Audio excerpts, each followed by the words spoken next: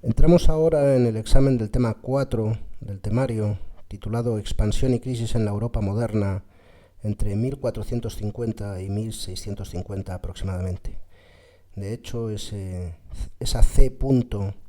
del título antes de las fechas, C, 1450, significa circa, o lo que es lo mismo, aproximadamente, cerca de. Bien, se trata de un tema importante.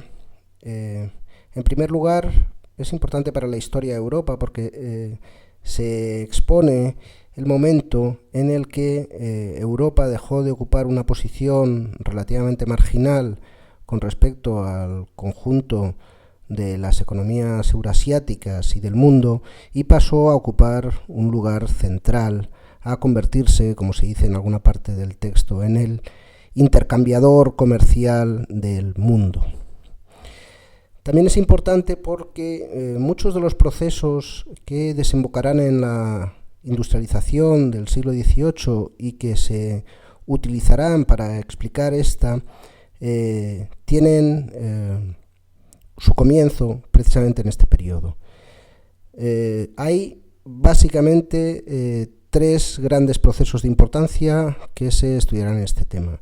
El primero tiene que ver con el nacimiento de los estados modernos, llamados nacionales o absolutos, que parece ser una invención peculiar de Europa. En segundo lugar,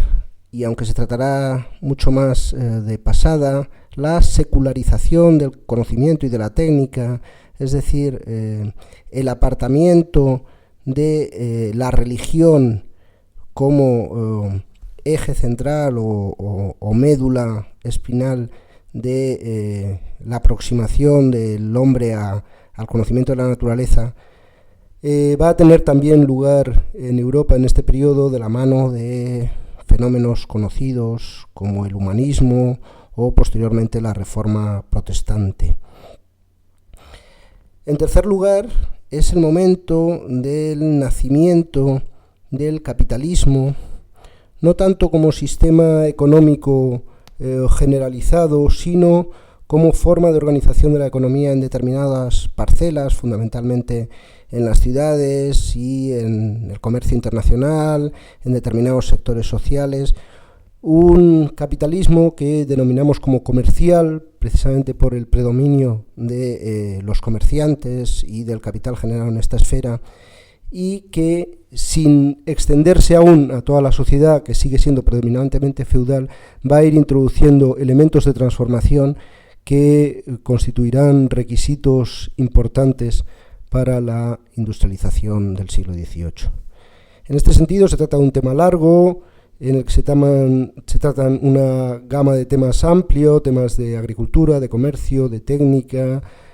algo de demografía, cambios institucionales, relaciones internacionales, que exige cierto esfuerzo en su asimilación. Se va a explicar también la importancia de la crisis del siglo XVII tras la expansión del siglo XVI, pero que, insistimos, es importante asentar bien la comprensión de estos procesos para posteriormente poder entender como es debido los desarrollos del futuro. El primer apartado de este tema está destinado a explicar cómo se produce el cambio del papel de Europa en el mundo, por así decirlo, cómo pasamos del mapa 3.6, que nos mostraba los grandes circuitos comerciales, los 8 grandes circuitos comerciales de finales del siglo XIII, de finales de la Edad Media, en los cuales Europa ocupaba un papel marginal, con un circuito interno que unía las zonas centrales y del norte de Europa, y otro circuito algo más amplio en el Mediterráneo que conectaba con los grandes circuitos eurasiáticos. Al mapa 4.1, la segunda parte correspondiente a los tráficos de Europa en el mundo en 1755, en el que se puede apreciar que el continente europeo ocupaba ya en ese momento un papel central en los intercambios comerciales internacionales. No obstante, este cambio de la posición de Europa en la economía mundial es un proceso largo, paulatino, que arranca de la salida de la crisis bajomedieval y que sin embargo es compatible hasta bien entrado el siglo XVIII con un predominio de Asia en el conjunto de la economía mundial, como se muestra en las tablas 4.1 y 4.2, tanto en términos demográficos de número de habitantes como de volumen de producción, según las estimaciones siempre aproximadas, pero aún así útiles, de PIB, como en cifras de urbanización y tamaño de grandes ciudades, como en el volumen del comercio. En este sentido, se cuenta en este primer apartado la expansión europea, inicialmente a través de los viajes de los portugueses circunnavegando África hasta llegar al Índico, en busca fundamentalmente de las especias, y posteriormente los viajes de los castellanos hacia América a partir del viaje de Colón en 1492 y de ingleses, franceses, holandeses, aprovechando las rutas ya establecidas para tratar de disputar la hegemonía comercial tanto a castellanos como a portugueses. En este proceso se explica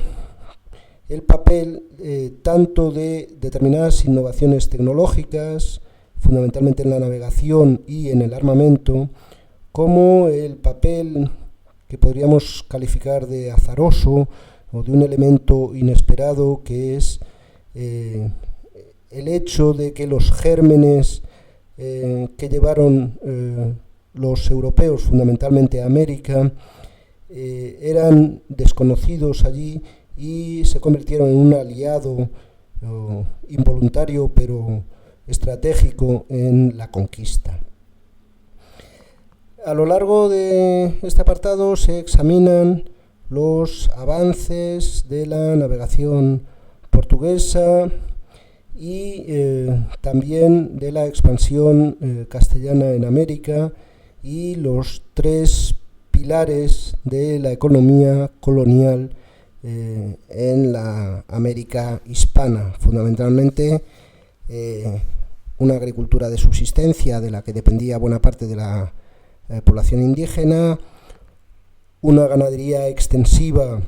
de gran importancia y dominada por los conquistadores y fundamentalmente la minería, la explotación sobre todo de las minas de plata de Perú, de Potosí y de México, en Zacatecas, en la definición de las economías indianas. Después de examinar con algún detalle estas cuestiones, el apartado se cierra con un repaso a los tres tipos de innovaciones fundamentales que explican la expansión europea por el mundo. Por un lado, innovaciones tecnológicas, fundamentalmente en la navegación y el armamento, que ya se explicaron con detalle. También innovaciones derivadas a cambios en los mercados en el seno de Europa, que hacen que empiecen a ser apetecibles y atractivos productos procedentes de lugares más alejados, no solo ya las especias asiáticas, sino también algunas manufacturas y nuevos productos primarios como el azúcar, el té, el algodón, que se irán incorporando. Pero, en tercer lugar, las innovaciones más importantes probablemente son las menos económicas de todos y tienen que ver con la naturaleza de un cambio institucional que tuvo lugar en Europa en este periodo y que solemos denominar como el nacimiento del Estado moderno o de los Estados-nación o en algunos casos Estados absolutistas. La aparición de un nuevo tipo de agente político en Europa, los Estados modernos, o también llamados absolutos en algún caso, o nacionales, porque agrupan a comunidades más o menos homogéneas en torno a una lengua, a veces una única religión y un marco legal común, que serán el germen de las futuras naciones europeas, es un factor de cambio institucional muy importante en este periodo. Los estados modernos superan las antiguas monarquías medievales, que eran poco más que una autoridad ceremonial o teórica sobre un conjunto de señores feudales que se consideraban iguales al rey, y introducen una serie de transformaciones, fundamentalmente en el sentido de una unificación legal, una ampliación de los territorios, una dotación de recursos que refuerzan el poder del Estado, fundamentalmente recursos militares, también una burocracia. En el caso de Europa, además, se produce una reducción del número de unidades existentes, que pasan de cerca de 1 millar a finales del siglo XV a unas 500 en el siglo XVII, y se trata de unidades, estos nuevos estados, que están en profunda y continua competencia entre sí, competencia que se manifiesta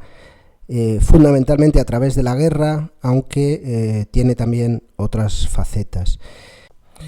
Aunque la explicación no siempre resulte del todo convincente, lo cierto es que este tipo de nuevas unidades de tamaño mediano y en continua competencia son un factor peculiar que surge en Europa en este periodo y que contrasta vivamente con la situación de Asia, por ejemplo, donde dominaban grandes imperios territoriales en pequeño número que abarcaban grandes territorios. La combinación de unidades de tamaño mediano, lo cual nos hace entender que el tamaño tiene cierta importancia, es decir, un tamaño que supera la de las unidades territoriales feudales, los ducados o los condados, y que sin embargo no alcanza la de los grandes imperios de la antigüedad o los que predominaban en Asia, sumada a ese entorno competitivo, han sido interpretadas por algunos autores como la clave de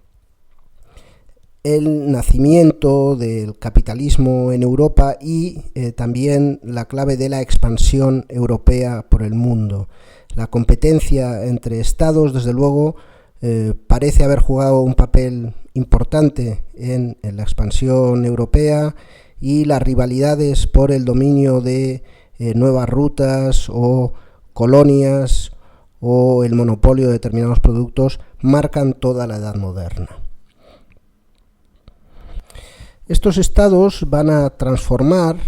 las reglas del juego, los marcos institucionales propios del feudalismo, los de economías muy aisladas, dirigidas a la autosubsistencia, introduciendo incentivos para el crecimiento de la economía, incentivos que explicaremos más adelante.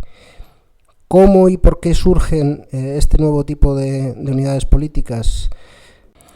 Básicamente tenemos dos interpretaciones. En primer lugar, la interpretación marxista, ya avanzada por Carlos Marx, según la cual, tras la crisis bajomedieval,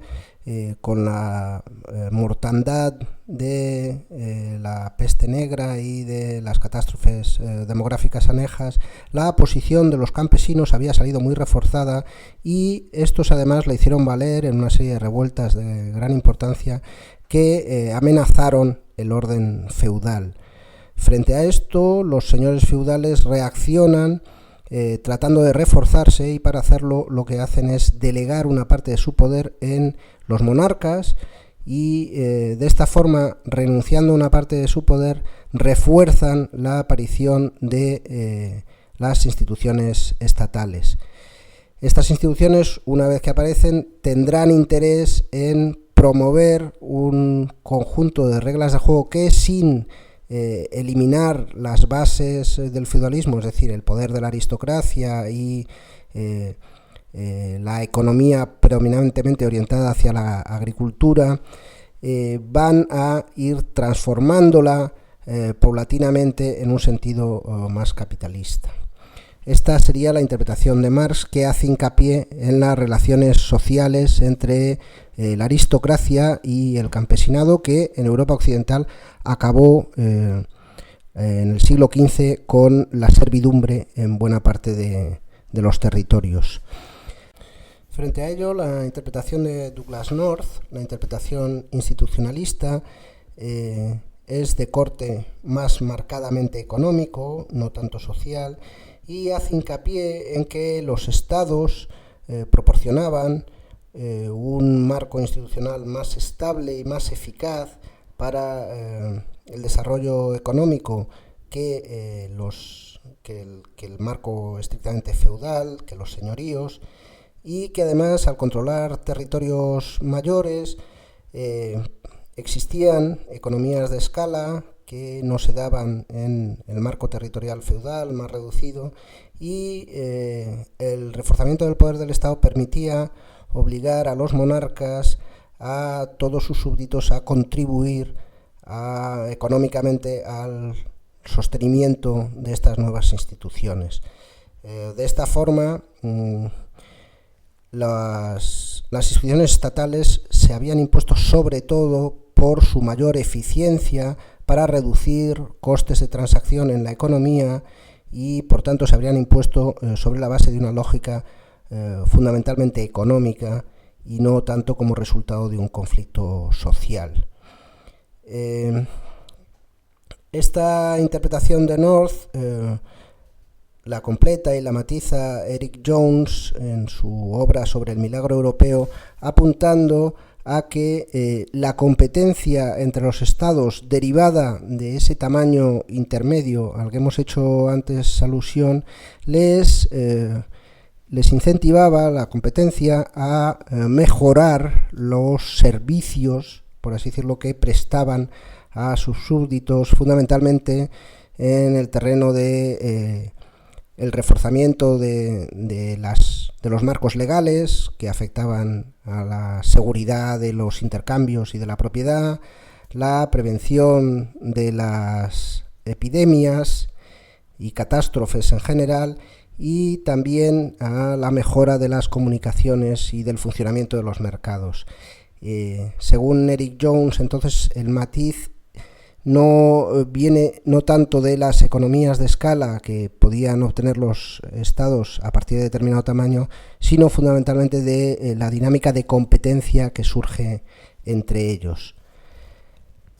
En todo caso, es importante subrayar que las dos explicaciones establecen una conexión fuerte entre el ascenso de los estados modernos y el nacimiento del capitalismo. Esta conexión entre el nacimiento del Estado y el nacimiento del capitalismo pasa en primer lugar por la guerra que es el gran instrumento de reforzamiento del poder estatal en este periodo, pero también la gran fuente de necesidades financieras para los monarcas. La guerra exige dinero y los monarcas pueden obtenerlo a través de tres vías que se explican en este apartado. O bien su patrimonio, que era la forma habitual de obtener recursos de los monarcas medievales, sus propias tierras, sus propios siervos, sus derechos sobre su suelo, pero este se reveló muy pronto insuficiente. La segunda vía, la más fructífera, era la imposición, los impuestos,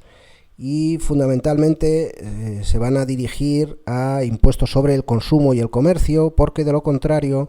hubieran tenido que situarse sobre la fuente principal de la riqueza, que era la tierra y la producción agraria, lo cual indirectamente hubiera perjudicado los ingresos de las clases dominantes, fundamentalmente de la nobleza y el alto clero. Y en tercer lugar, la tercera fuente de financiación era la deuda. Pues bien,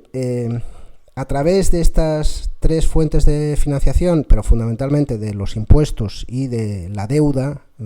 pública o deuda estatal, deuda de las monarquías, tanto sea a corto plazo con banqueros o consolidada, se van a introducir una serie de incentivos a las transformaciones en la economía. La exigencia de impuestos estimula la monetización de la economía, es decir, la introducción y difusión de la moneda en los intercambios cotidianos, impulsa a los campesinos y a los artesanos a vender sus productos en el mercado y obtener ingresos en dinero, porque entre otras cosas los propietarios de la tierra les exigen cada vez más pagos en dinero y los impuestos se cobran en esa forma. Como buena parte de los impuestos se recaudaban sobre los tráficos y los intercambios, hay un incentivo fuerte también para el fomento y la protección de los espacios donde tenían lugar los mercados, fundamentalmente las ferias de periodicidad más amplia, semestral o anual, y los mercados normalmente semanales, y en todos los casos protegidos por la autoridad pública con privilegios especiales, vigilancia y en algunos casos unificación de pesos y medida o instauración de instituciones peculiares propias para regular estos mercados. También se crean incentivos para el estímulo al comercio internacional y la expansión colonial, que son fuentes importantes de ingresos para las monarquías, y como resultado fundamentalmente de las necesidades de endeudamiento, se va a producir también un reforzamiento del poder de negociación de los sectores que podían prestar a los reyes, que son fundamentalmente comerciantes o financieros, de origen o de características burguesas, viven en las ciudades, no dependen de la renta de la tierra, tienen otros horizontes culturales y sociales muy distintos a los de la nobleza.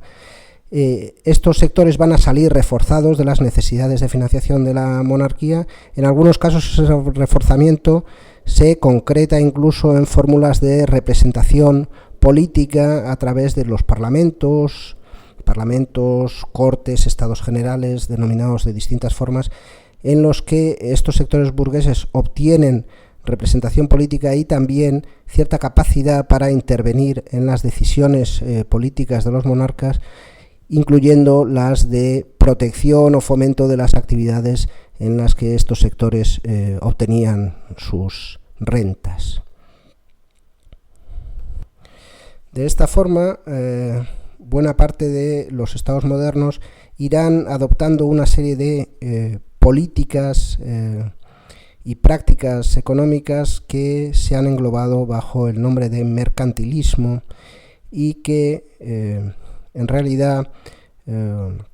representan el avance de lo que hemos llamado el capitalismo comercial, aunque insistimos que se produce en un contexto que aún es predominantemente feudal y agrario, ¿no? Que sin embargo estos cambios, estas transformaciones del marco institucional van a ir haciendo evolucionar hacia formas más capitalistas. El mercantilismo es un concepto debatido que a algunos historiadores económicos no les gusta mucho porque sostienen con razón que engloba un conjunto de prácticas y doctrinas muy dispares que no constituyen un cuerpo homogéneo de pensamiento. En todo caso, hay tres características peculiares del mercantilismo que se tratan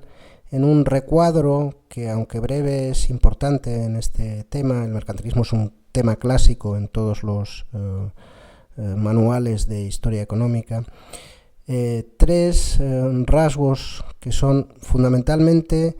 el hecho de que buena parte de las políticas y doctrinas mercantilistas representan la aplicación a escala estatal de ideas y políticas que ya se habían llevado a cabo en las ciudades medievales, solo que ahora se amplían en su escala. En segundo lugar, el hecho de que el objetivo fundamental de las políticas mercantilistas es solo secundariamente económico y de forma primaria es sobre todo político, es el reforzamiento del poder de los estados. Y como tercer rasgo, el hecho de que el comercio, y de ahí la denominación de mercantilismo, va a ocupar un lugar fundamental en las preocupaciones y en las políticas mercantilistas, porque se considera que las economías mundiales, las economías incluso estatales en Europa, constituyen lo que se denomina un juego de suma cero, es decir, un tipo de situación en la cual las ganancias de unos agentes tienen que corresponder necesariamente a pérdidas de otros agentes, de tal forma que para conseguir el engrandecimiento de un Estado es necesario, por así decirlo, detraer recursos de los restantes. Este planteamiento cambiará posteriormente con el enfoque liberal de la economía en el siglo XVIII, a partir de Adam Smith, etc., que pasa a considerar la economía como un juego de suma mayor a cero, en el cual la participación de los agentes puede, por así decirlo, agrandar el pastel para todos, sin necesidad de que el reparto del mismo tenga necesariamente perjudicados. En este contexto, entonces, el comercio desempeña un papel central porque es, junto con la guerra, aquello que permite, a través de una balanza comercial favorable, obtener esos recursos, esa mayor parte de la tarta para un determinado país. Y a mejorar ese saldo comercial irán dedicados buena parte de las políticas mercantilistas. En el recuadro se detallan, quizá demasiado brevemente, los rasgos principales y algunos ejemplos de estas políticas que también se recogen en el esquema. Se trata de políticas natalistas, por un lado, porque se considera que un aumento en el número de brazos es un aumento en los recursos para la guerra de un determinado reino. También el fomento de la agricultura, que sigue considerándose como la base de la economía, aunque muchas de las medidas adoptadas no sean eficaces porque se dirigen fundamentalmente a la regulación de los precios y las relaciones de mercado y no tanto a su liberalización. Mientras que el núcleo de las políticas mercantilistas estará dirigida a obtener una balanza comercial favorable a través del fomento de la manufactura, de aranceles proteccionistas o medidas de protección de las manufacturas nacionales, prohibición de determinadas exportaciones de materias primas, prohibición de importaciones. También un apoyo a la Marina Nacional, cuyo ejemplo más conocido son las actas de navegación británicas de 1651 y 1660, y también el establecimiento de compañías comerciales privilegiadas destinadas a gestionar al servicio del Estado también el monopolio del comercio con determinados productos o determinadas áreas. La Compañía Holandesa de las Indias Orientales, conocida por sus siglas en holandés, que son VOC, o la Compañía Inglesa del mismo nombre, son dos ejemplos bien conocidos de este tipo de compañías. En todo caso, insistimos que el mercantilismo, siendo un tema clásico en historia económica, hemos elegido tratarlo de forma muy sintética, pero merece la pena que dediquen alguna atención a este recuadro. Hemos tratado hasta ahora algunos rasgos de tipo estructural de los cambios en las relaciones económicas internacionales y en el marco institucional, y conviene prestar alguna atención al análisis de la cronología de las coyunturas, que en este periodo básicamente son una de expansión desde la salida de la crisis bajomedieval hasta aproximadamente 1600 y desde 1600 hasta aproximadamente la mitad del siglo XVII una fase de profunda crisis. En ambos casos estas coyunturas se reproducen tanto en Europa como en Asia, aunque con un tratamiento más detallado, mucho más detallado al que se presta a Europa. La expansión, que arranca de la salida de la crisis bajomedieval, tiene como primer y claro indicador el crecimiento de la población y también las cifras de producción, y tiene una base fundamentalmente extensiva, es decir, se trata de un crecimiento generado inicialmente en la agricultura, pero que se trasladará también a la manufactura y el comercio, un crecimiento generado fundamentalmente por incrementos en los factores de producción aportados. Fundamentalmente más tierras puestas en cultivo, una vez que se recuperan las que se habían abandonado en la crisis bajo medieval, y al mismo tiempo se incorporan algunas nuevas tierras, o bien por ganancias al mar, como en el caso de los polder en los Países Bajos, o bien por desecación de tierras inundadas en el interior o ocupación de territorios hasta entonces no habitados y roturación de zonas de bosque o de pasto. Aumento del número de tierras, aumento del número de brazos y también cierto incremento en el capital empleado en las explotaciones agrarias, fundamentalmente en forma de ganado. Pero también, junto a este crecimiento de tipo extensivo, tenemos un crecimiento algo distinto que es el que hemos calificado como crecimiento smithiano, que se deriva de el avance del comercio, de los intercambios y lo que eso significa en términos de diversificación de cultivos, de especialización del trabajo, de división del trabajo y en algunos casos también de diversificación de las actividades productivas. Es decir, no solo se introducen nuevos cultivos fundamentalmente orientados a los mercados, y de los cuales los más representativos en Europa serán la vid y el olivo, aunque hay toda una gama de productos textiles, de tintes también para tejidos, de productos ligados a otras industrias alimentarias como el lúpulo, de productos ganaderos, y junto a la diversificación de la producción también hay una diversificación de actividades visible en los entornos rurales, con el aumento, el crecimiento de la industria rural a través de sistemas del tipo Verlag System o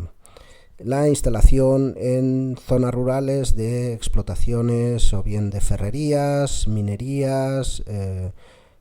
astilleros o instalaciones de conservación de pescado en las zonas costeras, etc. Como digo, por tanto, hay dos vías de crecimiento. Entonces, una vía extensiva, que es la mayoritaria, una vía de intensificación basada en la especialización económica y la diversificación de actividades que se refuerza con la diversificación de cultivos. Todo esto ligado a la penetración de los mercados en las zonas rurales, la monetización, todos esos fenómenos de los que hemos tratado ya anteriormente. De la misma forma, en las zonas urbanas se produce también un crecimiento económico ligado, esto sí, a la manufactura, fundamentalmente, al comercio y a los transportes, que son las actividades que definen estos entornos urbanos. En el texto se describen con cierto detalle estos rasgos, esta diversificación de actividades, esta diversificación de cultivos, también el crecimiento extensivo y claramente, de acuerdo con los esquemas que ya venimos explicando desde el tema introductorio, sabemos que existía el peligro de que estas vías de crecimiento se toparan con los límites malthusianos, los límites que los rendimientos decrecientes imponen a unas poblaciones que crecen en una proporción mayor que los recursos de los que disponen. Este va a ser básicamente el mecanismo que dispare la crisis del siglo XVII y en esta crisis los factores que habían construido un círculo virtuoso, es decir, el encadenamiento de avances en la comercialización, en la penetración de los mercados, en la monetización, que llevan a la especialización de cultivos, que llevan a una diversificación de los ingresos y a un aumento de los ingresos de las familias campesinas, etcétera, etcétera. Este círculo virtuoso en época de crecimiento, cuando se produzca una época de recesión a través de malas cosechas o problemas epidémicos que van a limitar el crecimiento de la mano de obra, etcétera, se convertirá en un círculo vicioso que irá reduciendo la actividad, reduciendo la especialización y, por tanto, fomentando el retorno a lógicas de subsistencia en vez de el avance hacia lógicas de mercado. Pues bien, es importante señalar que cuando esto se produzca, cuando se desate la crisis del siglo XVII, cuyas manifestaciones tienen que ver con grandes mortandades por epidemias, guerras continuas, catástrofes demográficas. Cuando se produzca la crisis, lo más importante será la respuesta que distintas economías van a dar a esta situación. De este modo, mayoritariamente, las economías europeas van a retornar a formas de economía de subsistencia, a abandonar los cauces de especialización y diversificación que habían alimentado la parte más dinámica del crecimiento anterior, y este estancamiento muy visible en las zonas fundamentalmente del Mediterráneo, pero también en Europa Oriental, van a marcar una diferencia muy importante con respecto a aquellas otras zonas, fundamentalmente en torno a los Países Bajos y algunas regiones inglesas, en las que la respuesta a la crisis va a ser, en vez de retroceder a formas más seguras, pero menos eficientes de organización económica, va a ser la de persistir en la especialización, en la diversificación, en la integración con las economías urbanas, y por tanto estas van a ser las zonas que resistan mejor a la crisis del 17 y de hecho salgan en términos relativos beneficiados de ella, porque una de las consecuencias de la crisis del 17 será el desplazamiento de los ejes económicos desde el sur de Europa, desde la Europa mediterránea y atlántica, hasta el norte, fundamentalmente en la zona del Mar del Norte, en torno a Inglaterra y Países Bajos como grandes focos. Hay un tercer modelo también de estancamiento o retroceso, que es el de las economías del este de Europa, que lo que harán serán reforzar o incluso recuperar formas de servidumbre, formas feudales muy marcadas, aunque en algunos casos conectadas con las zonas más dinámicas a través de los mercados de exportación. Estas tres vías de salida a la crisis van a definir tres zonas muy diferenciadas en Europa, y creemos que van a influir también en el atraso relativo fundamentalmente de Europa del Este y de la Europa mediterránea frente a la Europa noratlántica, que entrará ya en una senda muy clara de progreso ininterrumpido. En todo caso, como muestra el gráfico, Asia sigue dominando las economías mundiales. El estancamiento del siglo XVII también es visible en las economías asiáticas y, sin embargo, a partir de 1700 las economías europeas comenzarán a recortar las distancias de forma notable. En todo caso, es importante retener estas dos grandes fases: expansión en el 16, crisis en el 17, y la importancia tanto de los factores que generan la expansión como de las salidas diferenciales a la crisis del 17 y lo que eso significará de cara al futuro. El comercio, y en particular el comercio internacional, salieron relativamente bien librados de la crisis del 17, en parte porque su demanda venía de unas clases dominantes que, pese a todo, seguían teniendo suficientes rentas como para consumir productos de lujo, y en parte porque sus mercados se sitúan en aquellas zonas que fueron menos castigadas por la crisis. En todo caso, el protagonismo en el comercio internacional va a corresponder en esta fase fundamentalmente a Inglaterra y a Holanda, o mejor dicho, primero a Holanda y luego a Inglaterra, que van a entrar en el curso del siglo XVII en una disputa cada vez más agria, fundamentalmente por el control de las rutas y los territorios del comercio asiático, y también que van a intervenir en la articulación de los tráficos del llamado comercio triangular del Atlántico, que vinculaba las producciones de manufacturas europeas con los esclavos africanos, que a su vez eran reenviados a las plantaciones de América, donde producían otra serie de bienes, fundamentalmente azúcar, más tarde algodón, ron, que regresaban a Europa desde donde eran o bien consumidos o bien reexportados.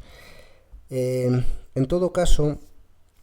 este nuevo protagonismo de Inglaterra y de Holanda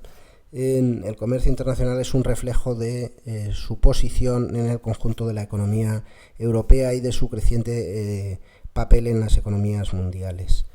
Y reflejan el ascenso de las formas de organización capitalista que, insistimos, por su vinculación a este negocio comercial y la importancia que va a tener la acumulación de capital en estos negocios, es calificado habitualmente de capitalismo comercial. Estos rasgos capitalistas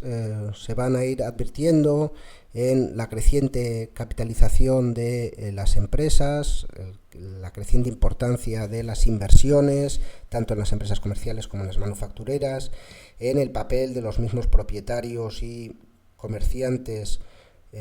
como clase cada vez más influyente, en algunos casos en Holanda y en Inglaterra a través de los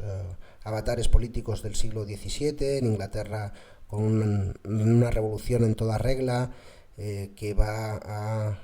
por 2 veces a deponer a los monarcas reinantes y en algún caso llevarlos al patíbulo, y en Holanda de otra forma, pero también ligada a su guerra con España, también la burguesía va a adquirir un peso preponderante. Ligado a ello, la articulación de los derechos de propiedad es cada vez más estricta, cada vez más respetuosa con el tipo de propiedad privada, individual y absoluta que conocemos como propiedad capitalista, y también se incrementa el número de trabajadores asalariados, que es otra de las características del capitalismo. Sin embargo, dicho todo esto, hay que decir que todavía en este periodo, incluso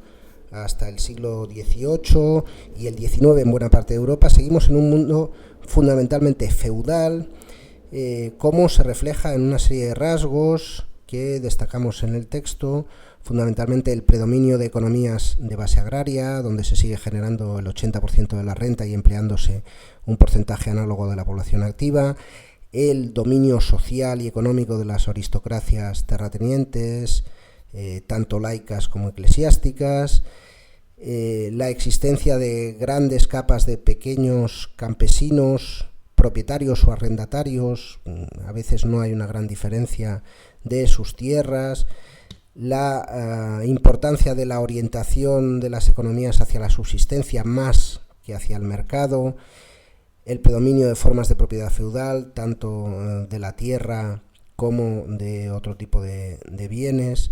y también de los mecanismos, llamémosle políticos, es decir, no estrictamente de negociación, de salario, de contrato, sino basados en relaciones de poder